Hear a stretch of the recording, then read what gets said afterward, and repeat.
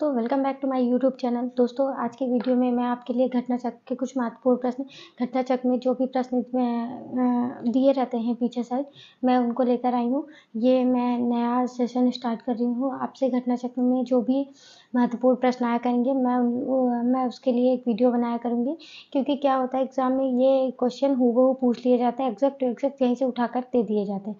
तो दोस्तों, प्रतियोगिता दर्पण और घटना चक्र में जो भी प्रश्न आते हैं, मैं उसको इस वीडियो में डिस्कस करूँगी। अभी इस वीडियो में मैंने घटना चक्र के क्वेश्चनों को लिया है। आगे वीडियोज़ जो भी मैं बनाऊँगी उसमें मैं प्रतियोगिता दर्पण के भी क्वेश्चनों को लूँगी। आई होप दोस्तों ये वीडियो आप सबके लिए बहुत ज़्यादा यूज़फुल होगी। तो चलिए माँ सरस्वती को प्रणाम करते हैं और अपनी वीडियो स्टार्ट करते हैं। तो हम देखते हैं सबसे पहले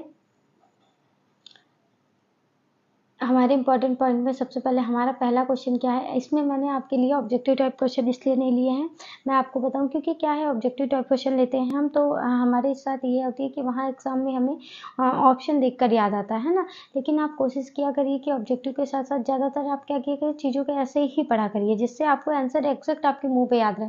और यही आपको मेन्स में भी काम देगा, यही आपके प्रीलिम्स में भी काम देता। इससे आपको डाउट नहीं होता है, इसलिए ऑब्जेक्टिव सॉल्व किया करिए। ऑब्जेक्टिव सॉल्व करना बहुत अच्छी बात है, लेकिन पहले पढ़ने की टेक्निक ऐसी है कि आप पॉइंटों को पढ़ा करिए तो उनका एक आंसर देखा करिए, जिससे आपके माइंड में ज़्यादा याद रहता है।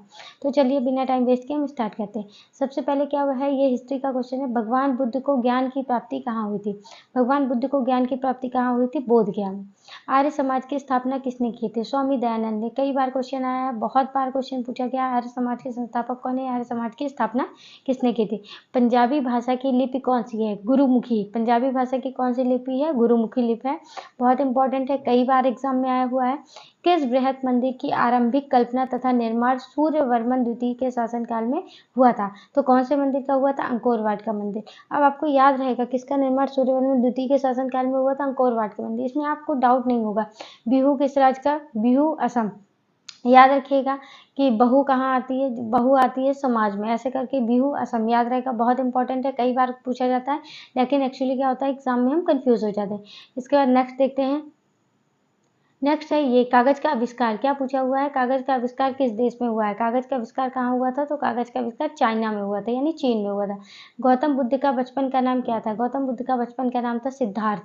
अब आपको याद रखना है, गौतम ऐसे याद रखिए, सिद्धार्थ इसको समझिए कि गौतम बुद्ध और सिद्धार्थ, इनका नाम क्या? महावीर का नाम और गौतम बुद्ध का नाम जब वहाँ एक साथ आता है और इनकी माताओं का नाम एक साथ आता है तो कन्फ्यूजन हो जाता है। तो आपको याद रखना है, गौतम बुद्ध के बचपन का नाम क्या था? सिद्धार्थ था। भारत का अंतिम मुगल सम्राट बहादुर शाह जफर द्वितीय का मकबरा कहाँ स्थित है? रंगून। रंगून कहाँ आता है? म्यांमार में। अहमद शाह अब्दाली ने भारत पर कितनी बार आक्रमण किया था? 8 बार। बहुत इंपॉर्टेंट है, याद रखिएगा। अहमद शाह अब्दाली ने भारत में कितनी बार आक्रमण किया था? 8 बार। नादिर शाह ने भारत पर आक्रमण कब किया था? 1739 ईस्वी में। ये यहीं से क्वेश्चन बनाए जाते हैं आपके एग्जाम में और यहीं से डायरेक्ट क्वेश्चन उठा लिए जाते हैं। तो नादिर शाह ने भारत पर आक्रमण किया 1739 में। इसके बाद नेक्स्ट देखते हैं। नेक्स्ट है, शिवाजी के समय कितना राजस्व वसूला जाता था? शिवाजी के समय टाइम पर राजस्व कितना वसूला जाता था? भू राजस्व का 33%। आगरा की जामा मस्जिद का निर्माण किसने कराया था? जहांआरा बेगम ने। किस सिख गुरु ने फारसी भाषा में जफरनामा लिखा था? गुरु गोविंद सिंह ने। गुरु गोविंद सिंह ने फारसी भाषा में जफरनामा लिखा था। गुरु नानक का जीवन परिचय किस सिख गुरु ने लिखा? गुरु अर्जुन देव ने। औरंगजेब के शासनकाल में बंगाल का नवाब कौन था? मुर्शीद कुली का। औरंगजेब का जब शासनकाल था उस समय बंगाल का नवाब कौन था? मुर्शीद कुली का। इसके बाद नेक्स्ट देखते हैं। इसके बाद नेक्स्ट आएगा शिवाजी की मृत्यु। क्या पूछा है? शिवाजी की मृत्यु कब हुई थी? 12 अप्रैल 1680 को। शिवाजी की मृत्यु कब हुई थी? 12 अप्रैल 1680 में शिवाजी की मृत्यु हुई थी। औरंगजेब ने बीवी का मकबरा का निर्माण कब करवाया था? 1679 में। समूहगढ़ का युद्ध कब हुआ था? 1658 में। हैदर अली मैसूर का शासक कब बना था? 1761 में। नादिर शाह कहाँ का शासक था? ईरान का। नादिर शाह कहाँ का शासक था? ईरान का। ये 20 क्वेश्चन हो गए। 20 क्वेश्चन के बाद देखते हैं 21वां क्वेश्चन क्या है। 21वें क्वेश्चन में माधवराव नारायण पेशवा कब बने थे? माधवराव नारायण पेशवा कब बने थे? तो 1761 में बने थे। गुरु गोविंद सिंह ने खालसा पंथ की नींव कब डाली थी? 1699 ईस्वी में खालसा पंथ की नींव डाली थी। ही और किसने डाली थी? गुरु गोविंद सिंह ने। किस गुरु ने विद्रोही मुगल राजकुमार की सहायता धन व मन से की थी? गुरु अर्जुन देव ने। सैयद बंधुओं का पतन किसके समय हुआ था? मोहम्मद शाह के समय सैयद बंधुओं का पतन हुआ था। फर्रुख सियर किसके सहयोग से मुगल बादशाह बना था? सैयद बंधु। सैयद बंधु के उससे ही क्या फर्रुख सियर क्या बना था? मुगल बादशाह बना था।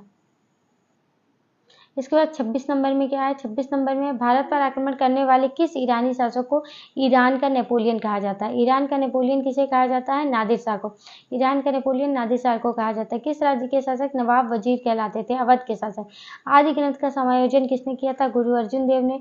मोती मुख्य रूप से किस पदार्थ का बना होता है? कैल्शियम कार्बोनेट का। मोती हमारा जो होता है वो किसका बना होता है? कैल्शियम कार्बोनेट का। मानव शरीर में सबसे अधिक मात्रा में कौन सा तत्व पाया जाता है? ऑक्सीजन। हमारे शरीर में सबसे ज्यादा जो तत्व पाया जाता है वो है ऑक्सीजन। फिर 31 क्वेश्चन क्या है? किस प्रकार के ऊतक शरीर की सुरक्षा का कवच का कार्य करते हैं? एपिथेलियम ऊतक। जो हमारे एपिथेलियम ऊतक होते हैं वो हमारे शरीर के सुरक्षा कवच का कार्य करते हैं। किस वैज्ञानिक ने सर्वप्रथम बर्फ के 2 टुकड़ों को आपस में घिसकर पिघला दिया था? डेवी ने बर्फ के 2 टुकड़ों को आपस में घिसकर पिघला दिया था। सबसे अधिक तीव्रता की ध्वनि कौन उत्पन्न करता है? बाघ। सूर्य ग्रहण के समय सूर्य का कौन सा भाग दिखाई देता है? किरीट। किरीट वाला ये वाला क्वेश्चन आया हुआ है। किरीट, सूर्य ग्रहण जब होता है तब सूर्य का भाग, किरीट वाला भाग दिखाई देता है। टाइपराइटर टंकर मशीन के आविष्कारक कौन है? सोल्स। टाइपराइटर के मशीन के आविष्कारक कौन है? सोल्स। आई होप दोस्तों ये सारी चीज़ें आपको अच्छे से समझ में आ रही होंगी। फिर हमारा 36 नंबर क्या है? सिरका को लैटिन भाषा में क्या कहा जाता है? सिरका को लैटिन भाषा में एसीटम कहा जाता है। कपड़ों से जंग के धब्बे हटाने के लिए किसका प्रयोग किया जाता है? ऑक्जेलिक अम्ल का। कपड़ों में अगर जंग लग जाती है तो उसका धब्बा हटाने के लिए ऑक्जेलिक अम्ल का यूज किया जाता है। गन्ने में लाल सड़न रोग किसके कारण उत्पन्न होता है? कवकों द्वारा। क्वेश्चन आए हुए हैं। आम का वानस्पतिक नाम क्या है? Mangifera indica. आम यानी मैंगो, मैंगो से याद रखिएगा मैंगिफेरा इंडिका। इस तरह को रिलेट करके याद किया गया, चीजें आपको ज्यादा याद रखेंगी। कॉफी पाउडर के साथ मिलाने वाला जाए चिकोरी चूर्ण किससे प्राप्त होता है? चिकोरी चूर्ण किससे प्राप्त होता है? जड़ों से। कॉफी पाउडर के साथ मिलाया जाता है चिकोरी चूर्ण, और ये किससे प्राप्त होता है? ये जड़ों से प्राप्त होता है। इसके बाद 41 नंबर का क्वेश्चन क्या है? सूर्योदय का देश किसे कहा जाता है? क्या है? सूर्योदय का देश किसे कहा जाता है? तो जापान को। सूर्योदय का देश किसे कहा? जापान को। बांग्लादेश की राजधानी है, बांग्लादेश की राजधानी ढाका। रिक्शा सबसे पहले किस देश में चली थी? जापान में। सबसे पहले रिक्शा कहाँ चली थी? जापान में। वानखेड़े स्टेडियम कहाँ स्थित है? मुंबई में। बहुत इंपॉर्टेंट है, कई बार पूछा गया है। कर्नाटक का रत्न किसे कहा जाता है? मैसूर। मैसूर को कर्नाटक का क्या कहा जाता है? मैसूर को कर्नाटक का रत्न कहा जाता है। इसके बाद 46 नंबर का क्वेश्चन है, कौन सा प्रथम सुल्तान था जिसने इक्ता के बदले सिपाहियों को वेतन देना? इक्ता के बदले क्या किया था? सिपाहियों को वेतन देना प्रारंभ किया था। तो अलाउद्दीन खिलजी ने इक्ता के बदले वेतन देना प्रारंभ किया। जैन धर्म तथा बौद्ध धर्म दोनों ही किसमें विश्वास करते थे? ये कर्म पर विश्वास करते थे और पुनर्जन्म के सिद्धांत पर विश्वास करते थे। छत्रपति शिवाजी का राज्याभिषेक वाला पंडित गंगा भट्ट कहाँ का निवासी था? बनारस का निवासी था।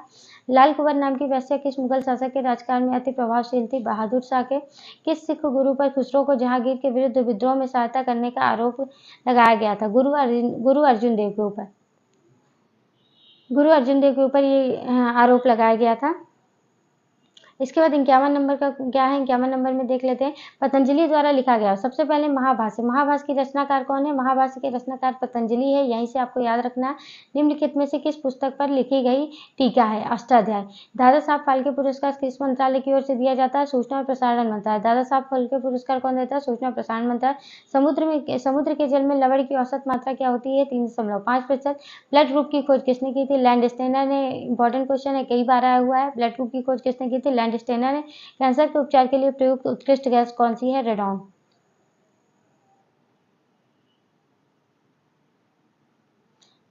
आई होप दोस्तों ये वीडियो आप लोगों के लिए यूजफुल रहा होगा। इसमें जैसे जो क्वेश्चन आए हैं वही आपके एग्जाम में डायरेक्टली पूछ लिए जाते हैं, तो प्लीज़ आप इन्हें अच्छे से देखिएगा।